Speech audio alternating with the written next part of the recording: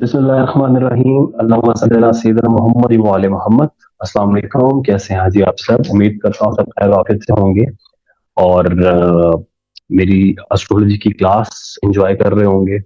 जिन लोगों ने पहली वीडियो देखी है, फर्स्ट लेक्चर था वो देखा है, अगर तो अब ध्यान से देखा होगा तो आई होप कि वो कभी नहीं भूलेगा। मैंने बहुत कोशिश की थी आसान अल्फाज में समझाऊं, उस तरह से जिस तरह से बच्चों को समझाया जाता है, उनका हाथ पकड़ के नर्सरी के बच्चों को अल्फाबेट सिखाए जाते हैं, तो मैं उस तरह से जो है वो आपको सिखा रहा हूँ एस्ट्रोलॉजी। मैं डायरेक्ट भी स्टार्ट कर सकता था, मतलब एक चार्ट पकड़ लेते, सबसे पहले एरीज आता तो मैं इसकी बात करता, एरीज पहला घर ये, दूसरा ये, 12वां ये प्लैनेट ऐसे करता है। यूं मैं 12 के 12 बुर्ज पर वीडियो बनाता, एक बुर्ज पर टोटल आप समझ लें 12 वीडियोस बनती हैं एक प्लैनेट की, और एक चार्ट में 12 घर होते हैं, तो 12 वीडियोस बन सकती थी एक प्लैनेट पे, और टोटल 9 सैयारे होते हैं।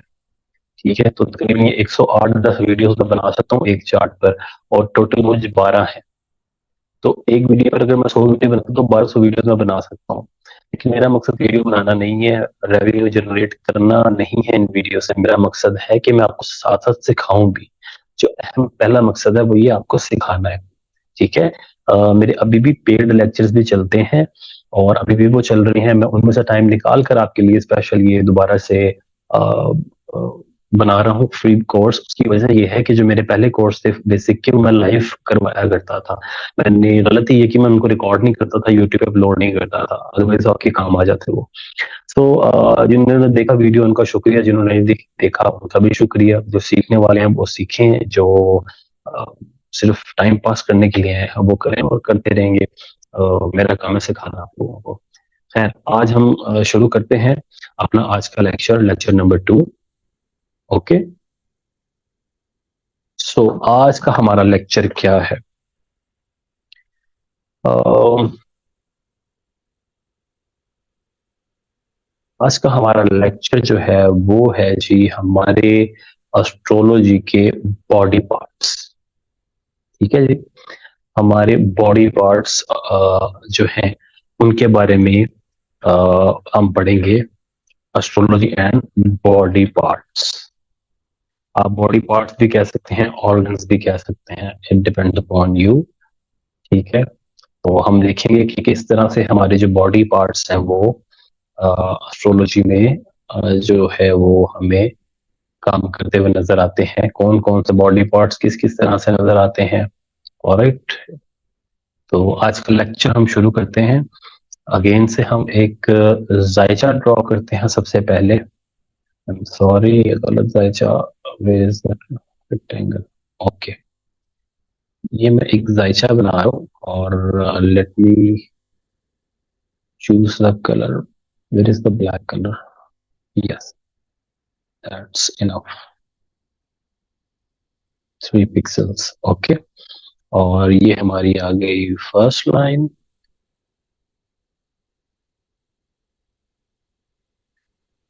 ये हमारी आ गई सेकेंड लाइन। ओके, ये हमारी आ गई थर्ड लाइन, और ये हमारी आ गई फोर्थ लाइन।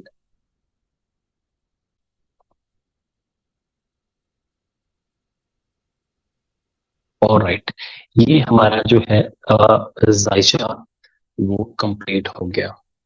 ठीक है, इसको मैं थोड़ा बड़ा कर लेता हूँ ताकि मुझसे टाइप हो और आपको नजर आए, क्योंकि दो बच्चों ने शिकायत की है कि उनको नजर नहीं आ रहा था टाइप हुआ हुआ। ओके, तो कौन से बॉडी पार्ट्स हमारे जो हैं वो एस्ट्रोलॉजी में हम किन घरों से देखते हैं?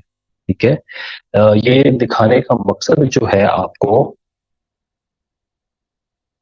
वो ये है कि जब आप रीडिंग करें तो आपको पता हो किन घरों से कौन से बॉडी पार्ट्स देखने हैं। अगर किसी को बीमारी है, आप देख सकते हैं कि उसके इस घर में कोई नहस प्लैनेट तो नहीं बैठा हुआ, या कोई फंक्शनली मेलेफिक प्लैनेट तो नहीं बैठा हुआ। ठीक है, ऑब्वियसली हम आगे जाके पढ़ेंगे फंक्शनली मेलेफिक क्या होता है, ये सारी चीजें क्या होती हैं, बट एक जनरली आइडिया हो जाता है। जैसे मैंने कल आपको बताया था कि 3, 4, 8, 12 3 6 8 12 ये बुरे घर हैं, तो बुरे घर का प्लैनेट अगर बुरे घर में आएगा तो डेफिनेटली वो बुरा करेगा, अनटिल अनलेस कोई थ्योरी उस पर अप्लाई ना हो रही हो।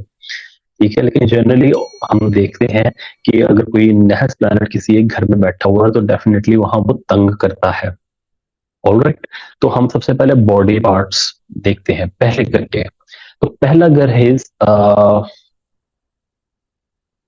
हमारा हेड और हमारा फेस। ये जी हमें पहले घर से नजर आती हैं ये चीजें। अगर आप देखना चाहते हैं कि आपका फेस कैसा है, आपका हेड कैसा है, तो आपने पहला घर देखना है। ठीक है, और कलर में डार्क कर दो ताकि सबको नजर आए। हेड और फेस देखना है आपने, और अगर आपको कभी ना समझ आ रही हो तो इसको भी देख सकते हैं। ओके, ठीक है, तो फर्स्ट हाउस हो गया हमारा हेड और फेस। चलो ये डिलीट करता हूँ, आप कंफ्यूज ना हो जाए, अभी रहने देते हैं, अभी सिंपल ही रखते हैं। तो फर्स्ट हाउस, ठीक है, जो मैंने कल बताया था आपको, जो ये वाला खाना होता है पहला, इसको फर्स्ट हाउस कहते हैं। इसको दूसरा हाउस, इसको तीसरा हाउस, इसको चौथा, इसको पांचवा, छठा, सातवां, आठवां, नौवां, 10वां, 11वां एंड 12वां। टोटल हमारे पास 12 घर हो गए हैं। ऑलराइट, तो हमारा जो पहला घर है उससे हम क्या देखते हैं, उससे हम अपना हेड और फेस देखते हैं।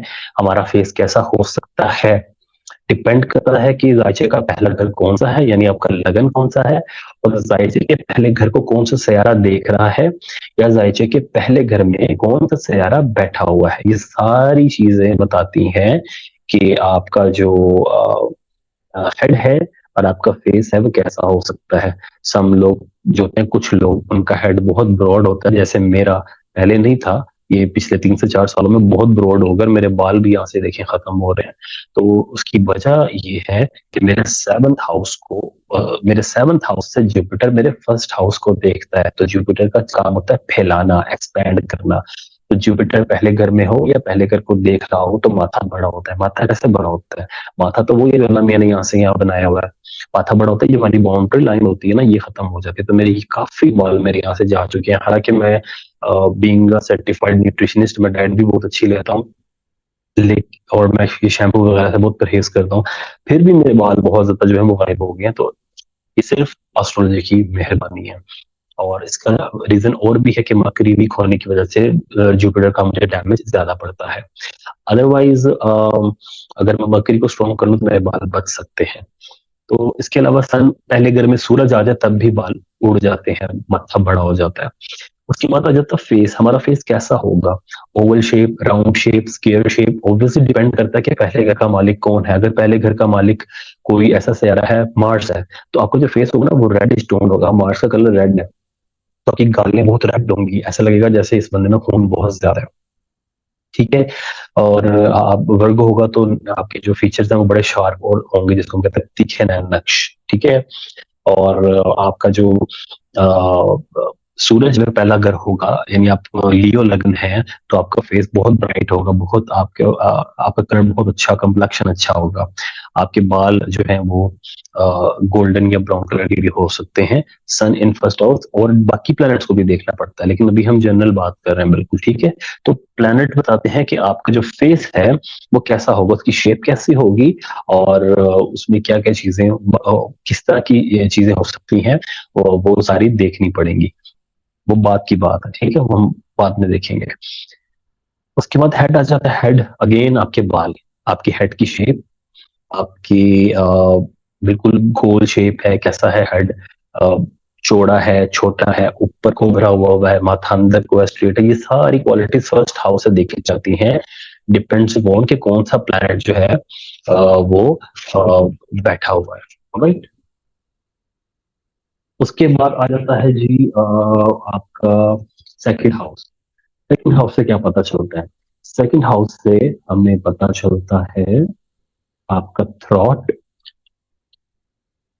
ठीक है, यानी आपका गला, मैं उर्दू में भी लिख देता हूँ गला, प्लस साथ क्या पता चलता है, आपकी राइट आई।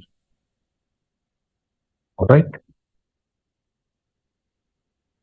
थ्रोट और गला पता चल गया आपको, और आपकी राइट आई भी आपको पता चलती है कहाँ से, आपको पता चलती है सेकंड हाउस से। ओके, ऑलराइट, ये लेंगे।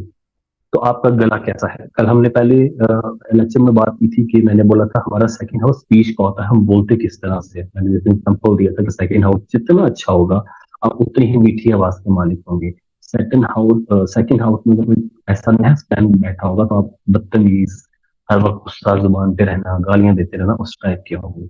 इसीलिए दूसरा घर बॉडी पार्ट की जब हम बात करें तो गला है हमारा, ये थ्रोट। ये दूसरे घर की पोजीशन बताती है कि हमें कोई ग्लैंड्स का इशू तो नहीं है, हमारा गला आए दिन तो खराब नहीं होता रहता। और जो राइट आई है हमारी, सीधी साइड की आंख, वो भी हम कहाँ से देखते हैं? वो देखते हैं हम सेकंड हाउस से। अक्सर लोगों को देखा होगा आपने, उनकी आंख जाया हो जाती है, या लेफ्ट या राइट। ऑलराइट, तो लेफ्ट या राइट जो भी उनकी आंख जाया होती है वो बताता है कि उनका या तो सेकंड हाउस खराब है, अगर उनकी राइट आई जाया हुई है। ऑलराइट, ये दोनों पार्ट्स कहाँ से देखे जाते हैं? ये देखे जाते हैं जी सेकंड हाउस से। अब आ जाते हैं थर्ड हाउस। तो थर्ड हाउस में क्या होता है? थर्ड हाउस में आता है जी रिब्स। रिब्स क्या होते हैं? आपकी पसलियां। ठीक है, आपके शोल्डर, आपके हैंड्स, यानी पूरे शोल्डर टू हैंड आपका जो पूरा पोर्शन है वो देखा जाता है थर्ड हाउस से। देन आपकी अपर बैक। अब इसमें कुछ इख्तलाफ है अक्सर लोगों का, वो कुछ कहते हैं पूरी बैक है, बट ऐसा नहीं है। बैक का सिर्फ ऊपर वाला पोर्शन, यानी अगर आपकी जो कमर है, आप इसको अ, तीसरे अ, तीन हिस्सों में डिवाइड करेंगे ना, अपनी कमर को तीन हिस्सों में डिवाइड करेंगे, तो जो आपका ये शोल्डर वाले कमर का हिस्सा है ना, ये वाला, ये होगा अपर बैक। ठीक है, तो आपने इसको डिवाइड करना है, आपकी बैक को अपर बैक, मिडल बैक और लोअर बैक। लोअर बैक होता है जो हिप से ऊपर वाला पोर्शन होता है, और मिडल बैक होता है जो आपकी ब्रेस्ट और आपकी जो टमी है उसका सेंटर वाला पोर्शन होता है। ठीक है, तो ये अपर बैक है, ऊपर वाली।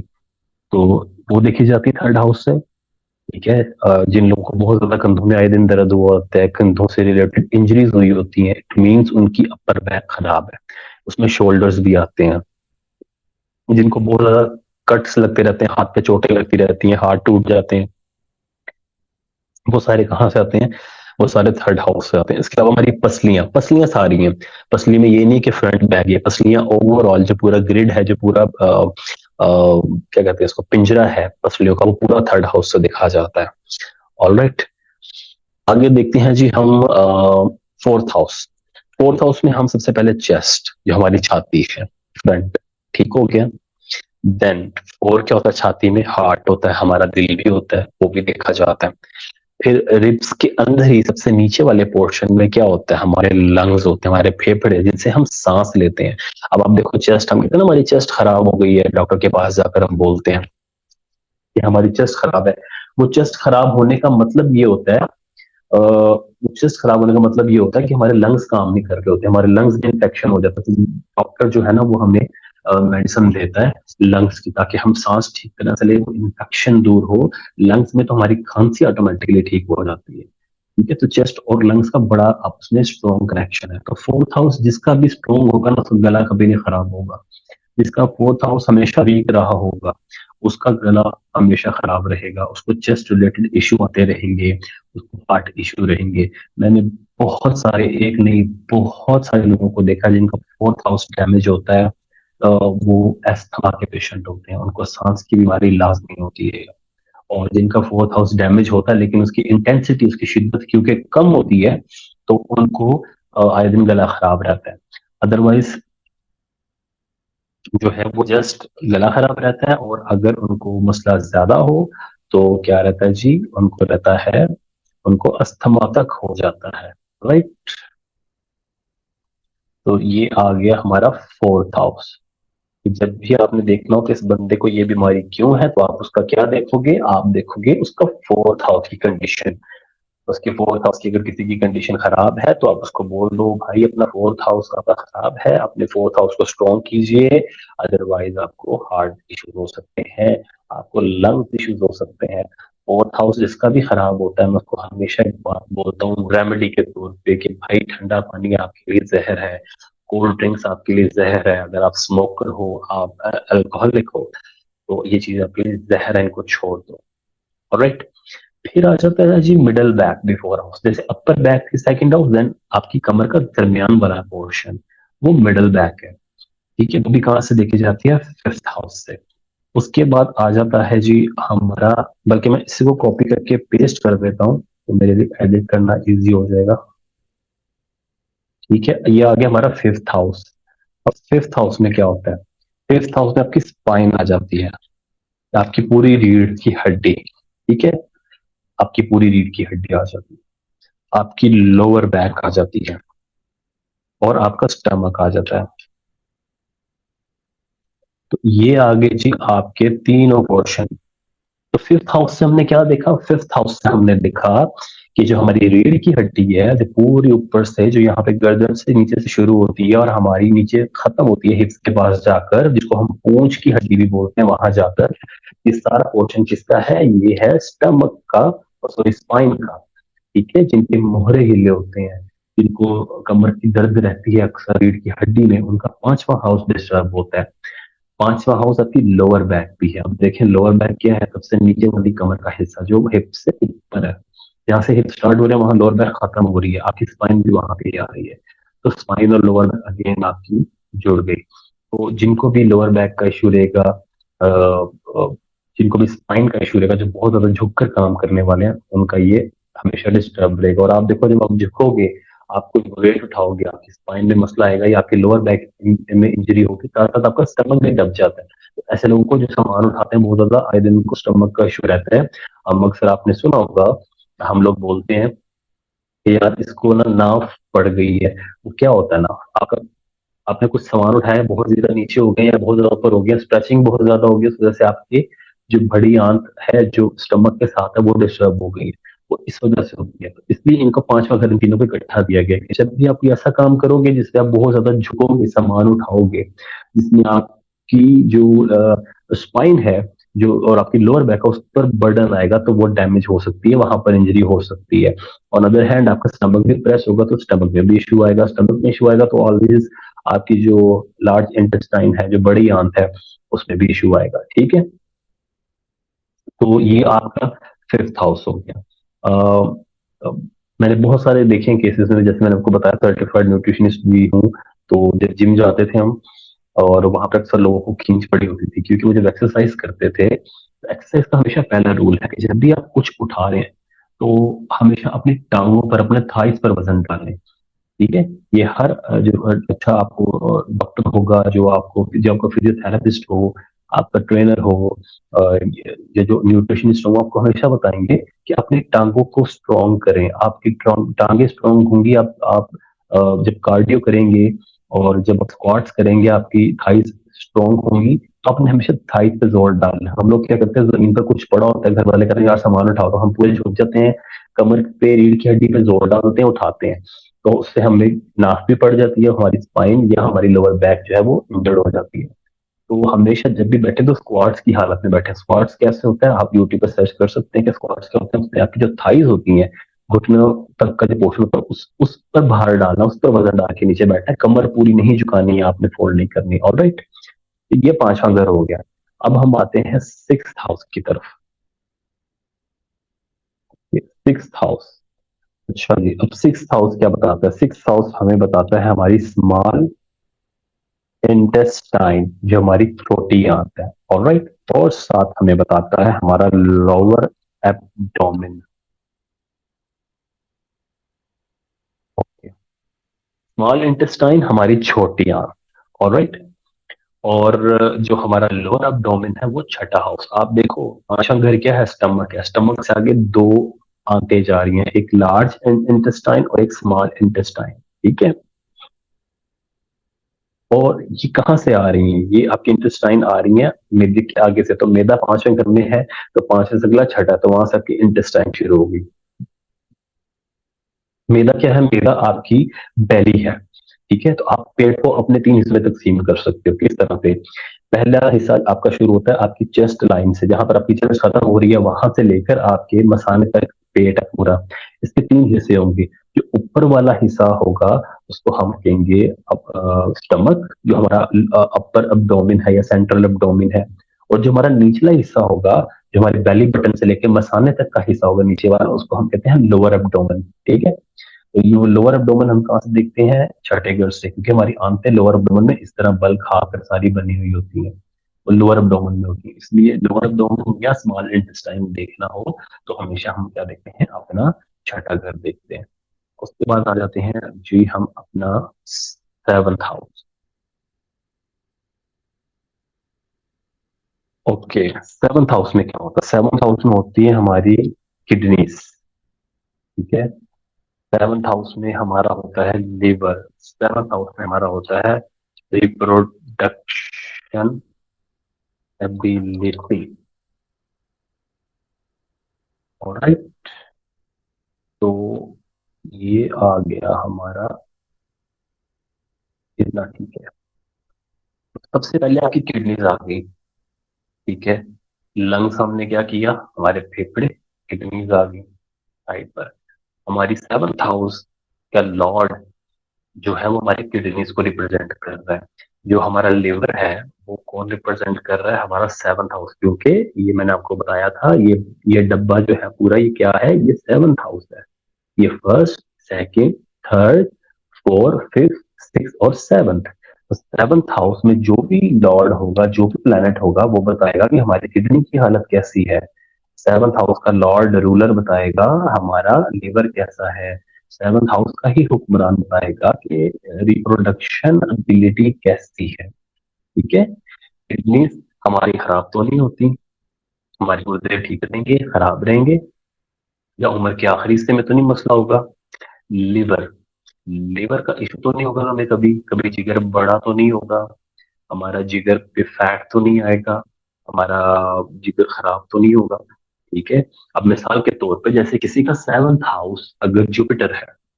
ठीक है, अब जुपिटर दो प्लैनेट्स को, दो बुरूज को, दो जोडिक्स को रूल करता है। मैंने आपको तरतीब लिख कर दी थी। पहले नंबर पे एरीज, सेकंड नंबर पे क्या कहते हैं उसको, टॉरस, थर्ड पे जमिनी, वो उस तरह से।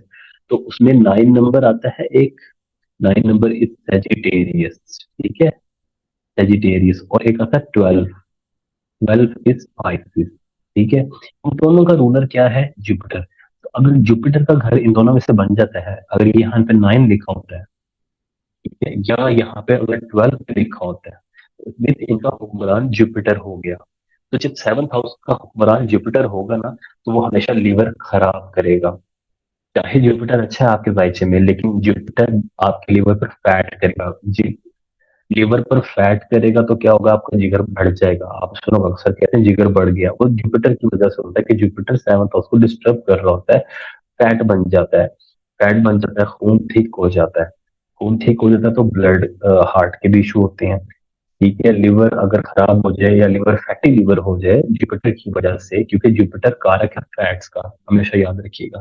तो अगर फैटी लिवर हो जाए तो रिप्रोडक्शन एबिलिटी भी आती है। ये बात आप चेक कर लेना। जो भी बंदा है, अगर उसमें कोई बीमारी है जिसको हम मर्दाना कमजोरी कह सकते हैं या मर्दाना बांझपन कह सकते हैं, वो रिप्रोडक्शन एबिलिटी। देखो, रिप्रोडक्शन सिस्टम का मतलब क्या है कि आप रिप्रोडक्शन के काबिल है या नहीं। ठीक है, आप बांझ तो नहीं है, फीमेल बांझ तो नहीं है, जेंट्स बांझ तो नहीं है। बांझ वही होगा ना जिसके अंदर एबिलिटी ही नहीं है।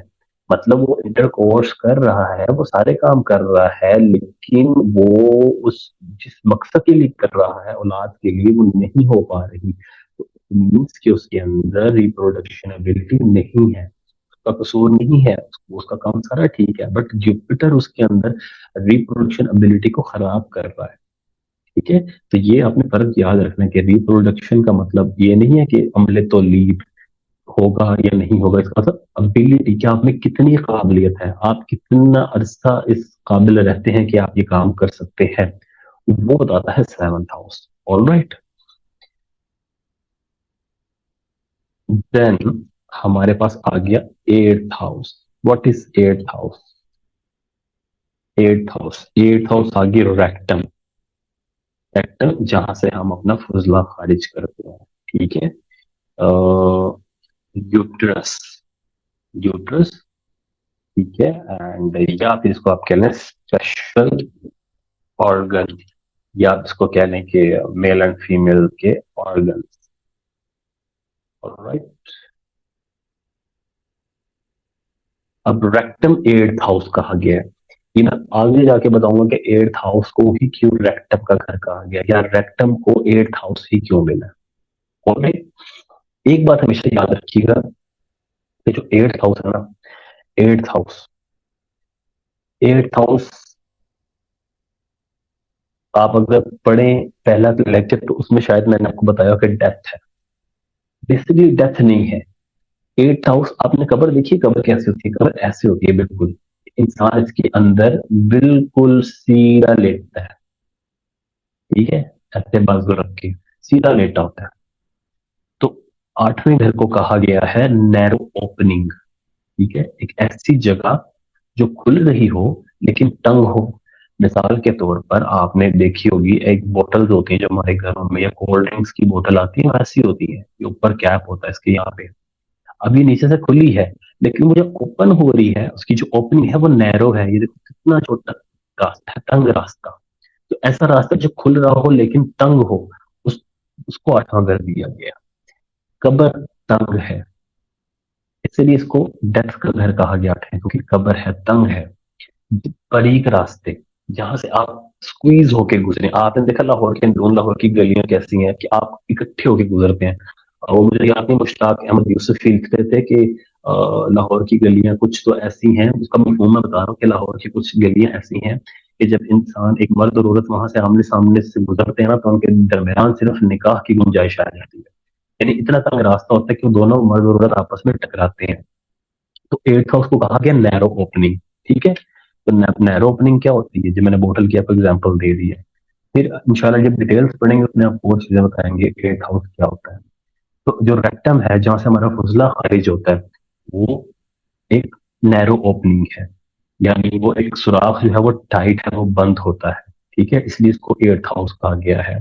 हमारा जो यूट्रस है, या जो स्पेशल ऑर्गन्स है, मेल एंड फीमेल के सेक्स ऑर्गन्स, जिनके थ्रू हम रिप्रोडक्शन करते हैं, वो भी क्या होते हैं, तंग होते हैं, सुराख होते हैं, छोटे, बिल्कुल बंद होते हैं। इसलिए उनको एट्थ हाउस दिया गया।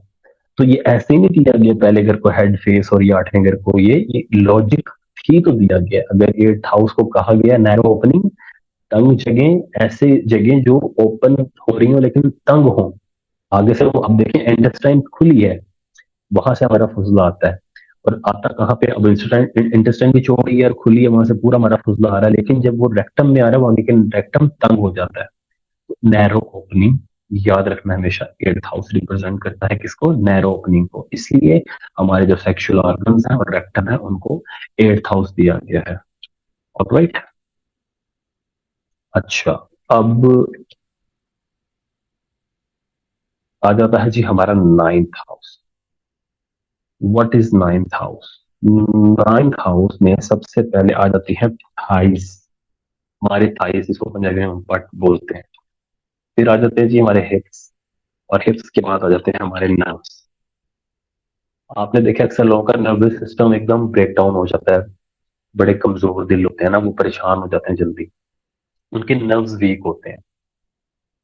ठीक है, इसलिए उनको नर्वस सिस्टम उनका ब्रेक डाउन रहता है, इसके इश्यूज रहते हैं। वो नर्व्स को नाइन्थ हाउस से देखते हैं। हमारे जो हिप्स हैं, अक्सर लोगों को आपने देखा होगा, उनको चोट लगती है कूल्हे पर और इंजरी हो जाती है, हड्डी टूट जाती है, उनका ऑपरेट होता है, वो भी नाइन्थ हाउस से ही देखी जाती है, क्योंकि उसका नाइन्थ हाउस खराब था, या वहां से बुरा प्लैनेट गुजर रहा था जिसने उनका एक्सीडेंट करवाया। और एक बुरा प्लैनेट क्योंकि नाइन्थ हाउस में भी था, इसलिए उनके हिप्स और थाइस वाली जगह पर लगी। प्लैनेट की डिग्री बताती है कि वो नर्व को हिट कर रही है, हिप्स को या थाइस को। लेकिन अभी आपने सिर्फ यही याद रखना है कि नाइन्थ हाउस हमारा हिप्स, थाइस और नर्व्स है। अगर किसी के कोई बुरा प्लैनेट है, प्लैनेट नाइन्थ हाउस में बैठा हो, तो आप उसको कह सकते हैं कि आपको या तो थाइस, हिप्स, नर्व्स का इश्यू था, या है, या होगा, एज पर द दशा। दशा जो सिस्टम, वो मैं आपको पढ़ा दूंगा जल्दी ताकि आपको समझ आ जाए उसकी भी। ठीक है, दशा एक पीरियड होता है जिसके दरमियान एक स्पेसिफिक इवेंट हैपन होता है।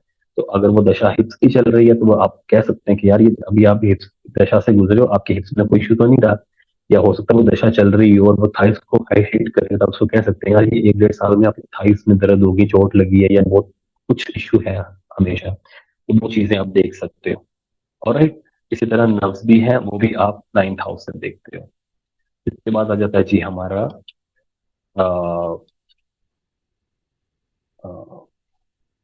10th house. अब 10th हाउस में क्या है, हमारी बॉडी जॉइंट्स एंड तमाम बॉडी जॉइंट्स और नीज।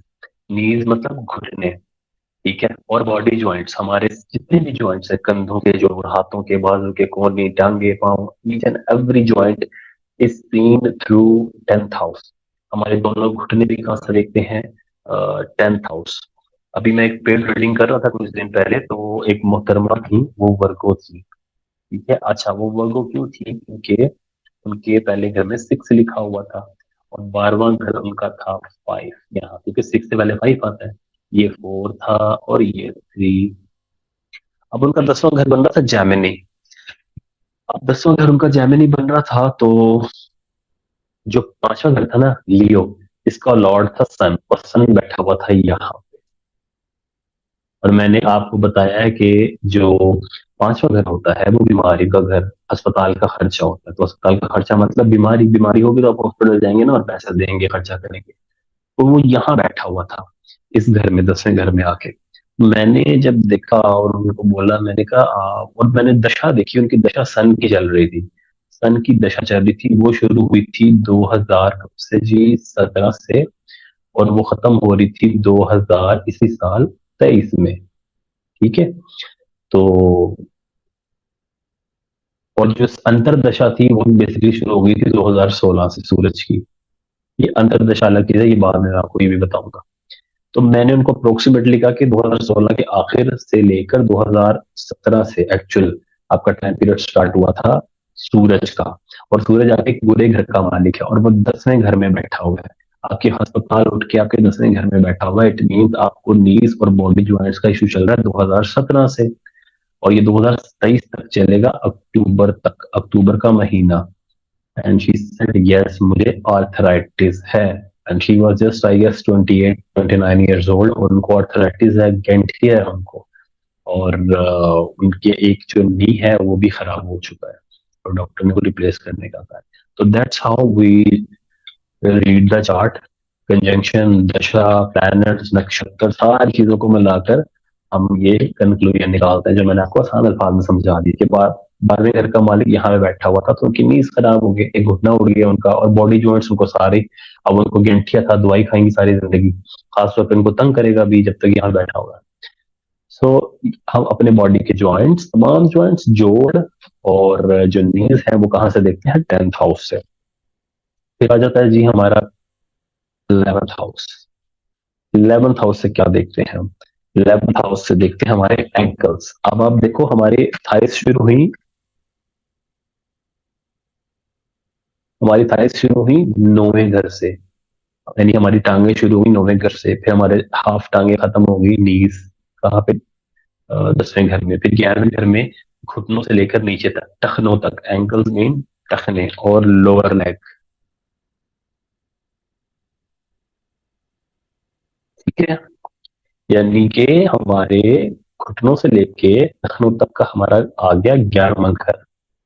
ये अगेन वही कि अगर बुरा घर होगा, कोई बुरा प्लेनेट बैठा होगा, तो इनको मसला होगा, ऐसे बंदों को उनके टखने सूजे रहेंगे। जो भी मैंने आपको इश्यूज बताए हैं, हो सकते हैं, टूट सकते हैं, वो डिपेंड करता है प्लानिटरी पोजीशन पर कि वो टूटेंगे, सूजेंगे खाली, या मोच आएगी। अक्सर लोगों को आए दिन पाँव में मोच आई होती है, एंकल्स में उनका पाँव ट्विस्ट हो जाता है, तो इट मीन इनका 11th हाउस खराब है, या उनके 11th हाउस को कोई नहस प्लैनेट देख रहा था उस दिन, उस मौके पर, तो उनका पाँव स्लिप कर गया। दशांतर दशा से प्लैनेट की चल रही थी, जो यहाँ पर बैठा हुआ था या यहाँ पर देख रहा था, इसलिए उनके पाँव में मोच आ गई या लोअर लेग में चोट लग गई। और ये है 11th हाउस, ठीक है। उसके बाद last but not the least हमारा 12th हाउस। 12th हाउस जिससे हमारी राइट आई थी, तो ये क्या होगी, ये हमारी बन गई लेफ्ट आई, ठीक है। एंड देन हमारे पाँव, फीट, ये कहाँ से देखे जाएंगे जी, ये हमेशा देखे जाएंगे 12वें घर से। 12वें घर का मालिक 12वें में ही हो, तो मैंने एक चीज पढ़ाई थी आपको कि 6, 8 और 12 ये 3 घर जो हैं, अगर इनका मालिक इन्हीं में बैठा हो और साथ लगन का मालिक भी स्ट्रांग हो तो विपरीत राजयोग बनता है, वो फायदा देता है, वो नुकसान नहीं देता। ठीक है, तो ये मत समझ लेना कि हमेशा नुकसान ही होगा, फायदा भी हो सकता है, लेकिन जनरली बात कर रहा हूँ, ट्वेल्थ का मालिक ट्वेल्थ में होगा तो लेफ्ट आई में इशू होगा। बहुत सारे लोग, अक्सर आपने देखा होगा कि एक आंख सीधी होती है, एक टेढ़ी साइड पे देख रही होती है, या एक आंख जाया हो गई होती है, लेफ्ट आंख जाया हो गई है, या लेफ्ट आंख उनकी साइड पर टेढ़ी देख रही है, इट मीन्स उनका ट्वेल्थ हाउस खराब है, या तो ट्वेल्थ का लॉर्ड मजीद खराब हो गया, किसी और खराब प्लैनेट के साथ बैठ गया है, या फिर ट्वेल्थ का लॉर्ड जो है वो ट्वेल्थ में ही बैठा हुआ और वो मैलेफिक बन गया, इसीलिए वो खराब कर रहा है। ठीक है, तो ये है हमारे बॉडी पार्ट्स और हमारे ऑर्गन्स, जो हम हाउसेस देखते हैं कि कौन सा हाउस किस बॉडी पार्ट को और किस ऑर्गन को रिप्रेजेंट कर रहा है। ठीक है, तो आई होप ये आपको क्लियर हो गया होगा, समझ आ गई होगी। थोड़ी सी चीजें मैं और बताता हूँ, वो क्या होती हैं यहाँ पे। इनके अलावा चौथा घर मैंने बताया हार्ट है, लेकिन इनके अलावा कुछ चीजें और होती हैं, वो भी आपको याद रखनी है। वो क्या याद रखनी है? सूरज है सबसे पहले, सन। ओके, मैं साइज थोड़ा बड़ा कर देता हूँ ताकि सबको नजर आए, और इसका कलर भी चेंज कर देते हैं, इसको कर देते हैं हम रेड ही रख देते हैं। चलो, सूरज आ गया सबसे पहले। सूरज जो है वो क्या है, बल्कि छोड़ो, ऑर्गन वाइज चलते हैं। ऑर्गन सबसे पहले मैं लिखता हूँ हार्ट। अब किसी का चौथा घर खराब है तो आप यहां से देख लोगे कि इसको हार्ट का इश्यू है, लेकिन इसके अलावा प्लैनेट्स भी रिप्रेजेंट करते हैं। ये चौथा घर रिप्रेजेंट कर रहा है, ऑलराइट, चौथा घर रिप्रेजेंट कर रहा है कि हमारा जो है वो हार्ट का इश्यू रहेगा, लेकिन घर के अलावा प्लैनेट्स किसको रिप्रेजेंट करते हैं अब वो बताने लगा। हार्ट कहाँ से देखते हैं? हार्ट देखते हैं sun, moon, Mars and Jupiter. Is the Jupiter. ठीक है, तो हम जब भी किसी को आपने हार्ट देखना हो, किसी कोई हार्ट पेशेंट हो, तो सबसे पहले आपने उसका फोर्थ हाउस देखना है कि उसका फोर्थ हाउस कैसा है। फोर्थ हाउस डैमेज है, फोर्थ हाउस में कोई नहस प्लैनेट आ गया है, या फोर्थ हाउस का प्लैनेट किसी नहस घर में चला गया है, या किसी नहस प्लैनेट के साथ बैठ गया इसलिए उसको हार्ट इश्यूज दे रहा है। फिर आपने देखना है हार्ट के लिए सन कैसा है उनके जायचे में। सन ठीक है, खराब तो नहीं है, डैमेज तो नहीं है। मून ठीक है, मून खराब है, मून डैमेज तो नहीं है। मार्स देखना, मार्स डैमेज तो नहीं है। जुपिटर देखना है, जुपिटर डैमेज तो नहीं है। अब ये सारी चीजें क्यों आई हैं शामिल, वो मैं आपको बताता हूँ। सन किंग है, हमारी बॉडी का मेन बंदा कौन है, मेन ऑर्गन कौन है, वो सन है। जैसे किंग होता है बादशाह, वो पूरी रियासत को चलाता है। ठीक है,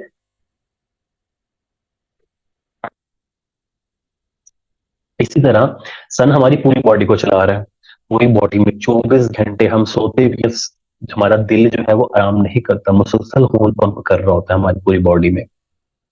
तो हार्ट क्या है? हार्ट हमारा बेसिकली बॉडी की बेस है, हमारे हमारे जिस्म का किंग है, जो हमारा जिस्म चला रहा है। इसीलिए हार्ट के लिए सन की हालत देखना बहुत जरूरी है। फिर आ जाता है मून। मून क्या होता है? हमारा जब हार्ट ऐसे करता है फिर पंप करता है, ऐसे करता है, श्रिंक करता है, पंप करता है, तो वो ब्लड इकट्ठा करता है फिर बाहर हमारी रगों में फेंकता है, इस तरह करके मुसलसल। ठीक है, तो मून जो है वो ब्लड जो फ्लो होता है दिल से लेके हमारे पाँव की आखिरी उंगली तक, वो मून उसको रिप्रेजेंट करता है। तो जब हमने हार्ट देखना है, हमने हार्ट की हालत भी देखनी है और हमने ये भी देखना है कि खून जा रहा है या नहीं जा रहा, तो वो भी कौन बताएगा? मून बताएगा। ब्लड का फ्लो मून बताएगा। फिर मार्स आ जाता है। मार्स क्या है? मार्स ऑलरेडी ब्लड है, जो ब्लड हमारा अंदर बन रहा है वो कितना अच्छा क्वालिटी का है या नहीं है, वो भी मार्स बता रहा है। जुपिटर क्या है? जुपिटर हमारा कोलेस्ट्रॉल लेवल है। हम हमारे बॉडी में, हमारे खून में कितना कोलेस्ट्रॉल है, फैट कितने हैं। जाहिर है अगर जुपिटर ठीक होगा तो हमारे बॉडी में कोलेस्ट्रॉल लेवल कम होगा, हमारे खून में कोलेस्ट्रॉल लेवल कम होगा, हमारे खून में फैट्स कम होंगे, तो इट मीन फैट कम होगा तो हमारा हार्ट ठीक रहेगा। तो जब भी किसी का हार्ट का इशू हो तो आपने क्या करना है, आपने तो तक भी देखना है, उसके बाद ये चारों प्लैनेट्स की कंडीशन देखनी है कैसी है, फिर जज करना है कि आपका हार्ट ठीक है या आपको इन फ्यूचर हार्ट इश्यूज हो सकते हैं या नहीं। ऑलराइट। उसके बाद मैं आपको बताता हूँ मार्स। मार्स हमेशा आपको स्किन इश्यूज देगा। मैंने अभी बोला मार्स क्या है, ब्लड है। जब भी हमारा स्किन खराब होता है, हमें दाने निकल आते हैं, हमें कोई भी होता है, तो हम दवाई दानों की नहीं खाते, हम खाते हैं खून की, ब्लड साफ करने की। ऊपर हम जो मर्जी लगा लेंगे, क्रीमें वगैरह लगा लेंगे, लेकिन असल में हम जो दवाई खाते हैं हमारा ब्लड साफ करती है, हमारा लिवर साफ करती है, फिर हमारी स्किन ठीक होती है। तो मार्स हमें स्किन इश्यूज देता है। ठीक हो गया। तो मार्स, जब भी किसी का स्किन इशू देखना हो आपने, तो आपने क्या करना है, जब भी किसी का स्किन इशू आपने देखना हो, तो आपने सिर्फ मार्स की कंडीशन देखनी है कि उसका खून ठीक है या नहीं। ठीक हो गया। फिर आ गया राहु। राहु क्या देता है आपको, पिंपल्स, स्कार्स, और क्या होता है आपको, उसको क्या कहते हैं, पॉक्स, चिकन पॉक्स और स्मॉल पॉक्स, जो भी आपके लिए, मंकी पॉक्स। तो जब आपको दाने निकलते हैं, तो जो दाने बनते हैं चेहरे पे, मोटे मोटे उभरे हुए या बारीक बारीक, वो राहु है। लेकिन उन दानों को बना कौन रहा है, मार्स। वो पीछे ब्लड है। ठीक है। तो मार्स दाने बना रहा है, ब्लड जो है उसके अंदर ऐसे आपके लिए बैक्टीरिया पैदा कर रहा है हमारे ब्लड के अंदर, मार्स, वो दाने बनते हैं, और जो दाने बनते हैं वो राहु पे डिपेंड करता है कि वो कितने बनेंगे। ठीक हो गया। नेक्स्ट। नेक्स्ट इज, हम डाल देते हैं मरकरी, डाल देते हैं, चलें। मरकरी। मरकरी हमारी, मैंने बोला थ्रोट, गला। तो मरकरी क्या करता है, क्योंकि हमारे गले के साथ है, तो वो हमें स्पीकिंग इश्यू देगा। ठीक है। क्या देगा जी, स्पीकिंग इश्यूज। ये simple and straight forward dictum है, किसी का भी आप चार्ट खोल लो, किसी का भी, अगर उसके चार्ट में लिखा हो मरकरी कंबस्ट है, पैदाइशी जायचे में मरकरी कंबस्ट है, तो आप देख लेना, ऐसे बंदे को बचपन में बोलने का बहुत इशू आया होगा। उस बंदे ने जो है ना, वो अ,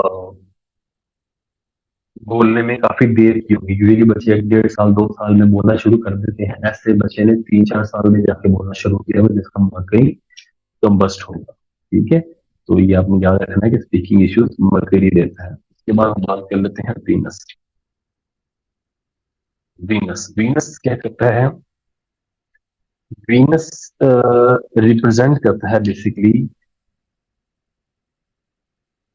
हाँ, रिप्रेजेंट्स करता है, रिप्रेजेंट्स स्पर्म। ठीक है। स्पर्म या फर्टिलिटी।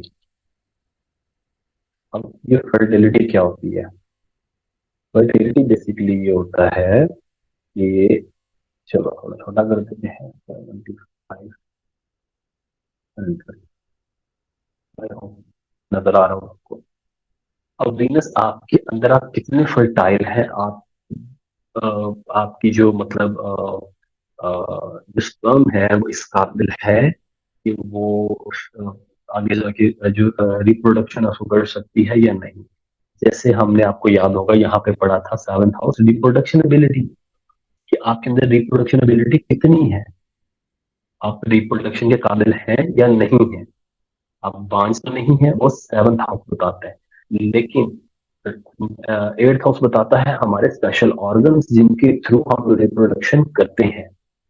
तो समटाइम्स रिप्रोडक्शन ऑर्गन्स तो ठीक होते हैं, ठीक है, यानी 8th हाउस तो ठीक है, लेकिन उसके बावजूद आपकी रिप्रोडक्शन नहीं हो रही होती, तो इट मीन्स आपकी फर्टिलिटी एबिलिटी नहीं है, आपकी स्पर्म ठीक नहीं है, जिसकी वजह से जो स्पर्म है वो एग के साथ मिलने के बावजूद फर्टाइल नहीं हो रहा, एग फर्टाइल नहीं हो रहा, या आप कह लें वो कंसीव नहीं हो पा रहा, तो उसकी वजह वीनस है। तो किसी की भी नजर में आप देखें कि वीनस खराब हो, तो आप उसको आंखें बंद करके बोल सकते हैं कि भाई आपका जो है वो वीनस का इशू है। ठीक है, लड़की है तो उसका वीनस खराब होगा, अगर वीनस खराब होगा तो लड़कियों को क्या इशू नजर आएंगे, लड़कियों को आपको नजर आएगा उनकी उनकी उनकी जो ओवरीज हैं वो ठीक नहीं है, उनको पीसीओएस है, पीसीओडी, पॉलीसिस्टिक ओवेरियन सिंड्रोम और पॉलीसिस्टिक ओवेरियन डिजीज आपने सुना होगा आजकल बहुत ज्यादा है। तो वो किसका,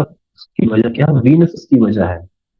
ठीक है, लड़का है वो बिल्कुल ठीक है, फिट है, लेकिन उसका स्पर्म काउंट ठीक नहीं है या उसकी स्पर्म ठीक नहीं है, तो इट मीन लड़के का वीनस खराब है। क्योंकि अगर आपका एट हाउस खराब होगा ना, फीमेल या मेल का, इसमें क्या होगा, इसमें ये होगा कि मेल का इरेक्टाइल डिसफंक्शन होना, इजैकुलेशन जल्दी हो जाना, वो एट्थ हाउस से देखा जाता है मेल के। ठीक है, यानी अगर कोई लड़का जल्दी इजैकुलेट कर जाता है या उसको इश्यूज हैं, क्या कहते हैं, इरेक्टाइल डिसफंक्शन जिसको हम बीमारी को बोलते हैं, तो एट्थ हाउस डैमेज है उनका। लेकिन अगर उनका ये एट्थ हाउस ठीक है, उनका सब कुछ ठीक है, उनके ऑर्गन्स ठीक है, सब सब कुछ ओके है, फिर भी नहीं हो रहा, इट मीन्स उनका वीनस डैमेज है, या फिर उनका सेवंथ हाउस डैमेज है जो उनको बांझ बना रहा है। तो बांझपन का इलाज वीनस है, बांझपन का इलाज आपका सेवंथ हाउस है। मर्दाना कमजोरी, जनाना कमजोरी क्या है, वीनस है। तो जब भी कोई आपको वीनस नजर आएगा तो आप समझ जाइएगा कि इनका अ, जो है वो वीनस डैमेज है। ठीक है, नेक्स्ट। अब नेक्स्ट क्या क्या, एक और चीज मुझे याद है, वीनस अगर डैमेज हो, इफ वीनस इज डैमेज,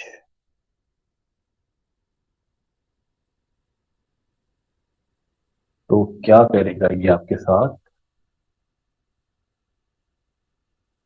ओहो,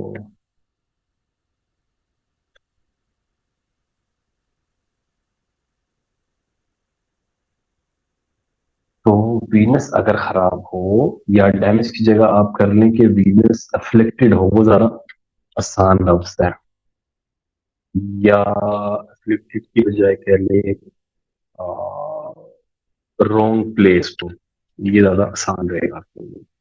तो वीनस किसी का फ्लिक्टेड होता है, किसी नेक्स्ट प्लैनेट के साथ आके बैठ गया है या किसी गलत घर में चला गया है। ठीक है, देन कंफर्म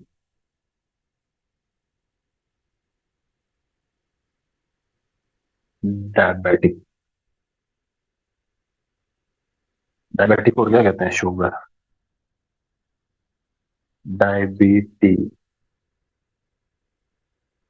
स्पेलिंग होते हैं यार, स्पेलिंग। चलो खैर, शुगर ही कर दो।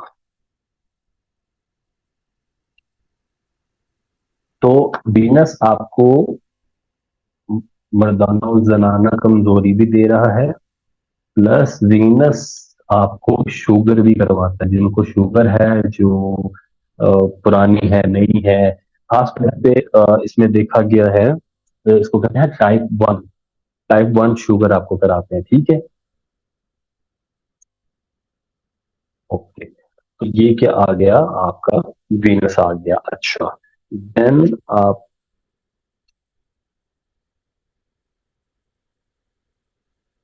देन हम नेक्स्ट आएंगे कहाँ पे, नेक्स्ट इज, अच्छा नेक्स्ट क्या है। अब मैंने आपको बताया सन हमारा क्या है, वो हार्ट है, मून हमारा ब्लड फ्लो है, जुपिटर हमारा फैट और कोलेस्ट्रॉल है, बल्कि जुपिटर में ऐड कर देता हूँ यहाँ पर, आप भूल ना जाओ,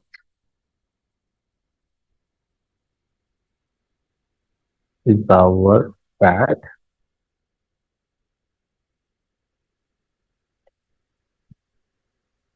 एंड कोलेस्ट्रॉल है। मैं आपको शॉर्ट टाइप कर रहा हूँ, जगह नहीं है। तो शुगर, जुपिटर क्या है, जुपिटर कारक है फैट का, और जुपिटर कारक है अ, हमारा कोलेस्ट्रॉल का। ओके, तो इसमें आप देखिएगा, जब भी किसी बंदे को आप देखें जिनका जुपिटर पहले घर में होगा या पहले घर को देख रहा होगा, वो फैट उनका बहुत ज्यादा बनना शुरू हो जाएगा जब भी दशांतर दशा चलेगी, और उन्हें कोलेस्ट्रॉल की भी प्रॉब्लम आएगी, बीमारी उनको लाजमी आएगी। ऐसे बंदों को चाहिए अपने खाने पीने का बहुत ध्यान रखें, वॉक लाजमी करें, जिम जरूर ज्वाइन करें, अदरवाइज उनका फैट, उनका कोलेस्ट्रॉल लेवल बढ़ता जाएगा और वो मोटापे का शिकार हो जाएंगे। जैसे कि मेरे ट्रांजिट में लास्ट 1 डेढ़ साल से जुपिटर था, तो मैंने तकरीबन 15 से 20 केजी वेट गेन किया है। अब जुपिटर की 24 अप्रैल से वहां से निकल गया हुआ है उस सिचुएशन से, तो मेरा अब वेट वापस गिरना शुरू हो गया है। वही रूटीन है लेकिन वेट गिर रहा है मेरा। ऑलराइट। तो जुपिटर जब भी पहले घर में होगा या पहले घर को देख रहा होगा, तो क्या होगा, आपका फैट बढ़ेगा, आपका वजन बढ़ेगा, आपको मोटापा देगा, आप मोटे होंगे और आपका कोलेस्ट्रॉल लेवल भी बढ़ाएगा, क्योंकि ऑब्वियसली जब चर्बी आएगी, मोटापा होगा, तो कोलेस्ट्रॉल लेवल जाएगा, बढ़ेगा, फिर वो दिल पे भी असर लाएगा आपके। ठीक है। तो ये चीजें आपने जो है वो याद रखनी है। And one more thing, Mars जो है ना वो रिप्रेजेंट करता है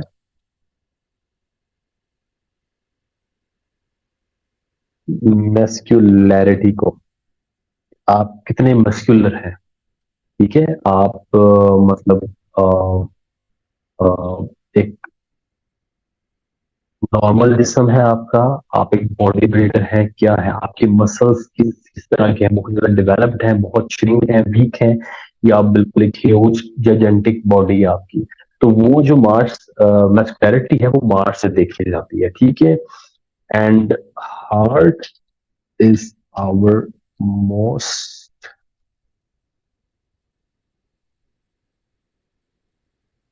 हो गया मेरे टाइपिंग को, स्ट्रॉन्गेस्ट मसल। तो आपको मैंने पहले बताया कि हार्ट, हम सो भी जाते हैं, हमारा दिमाग भी सो जाता है, पर हमारा दिल नहीं सोता।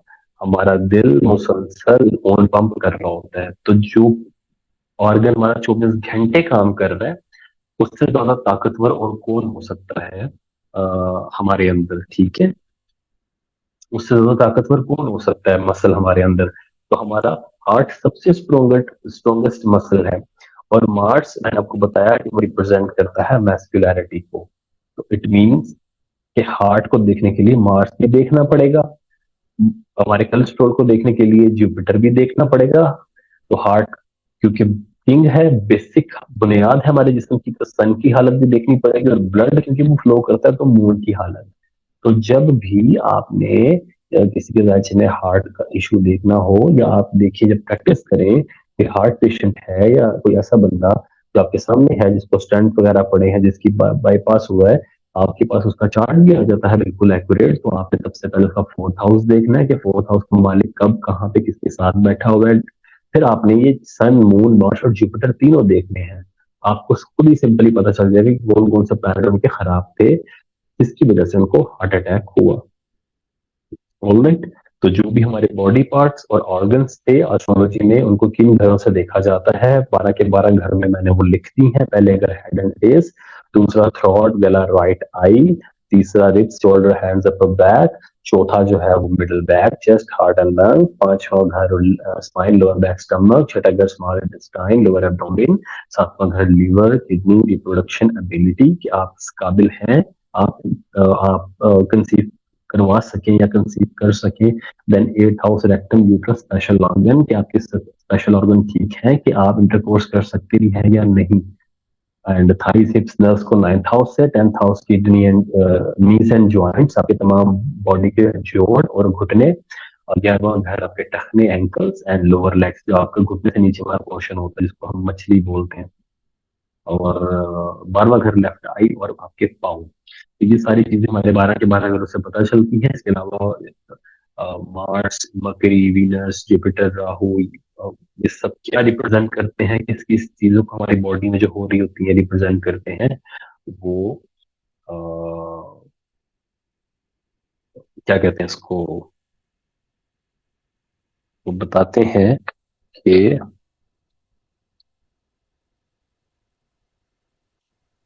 वो किसको बताते हैं।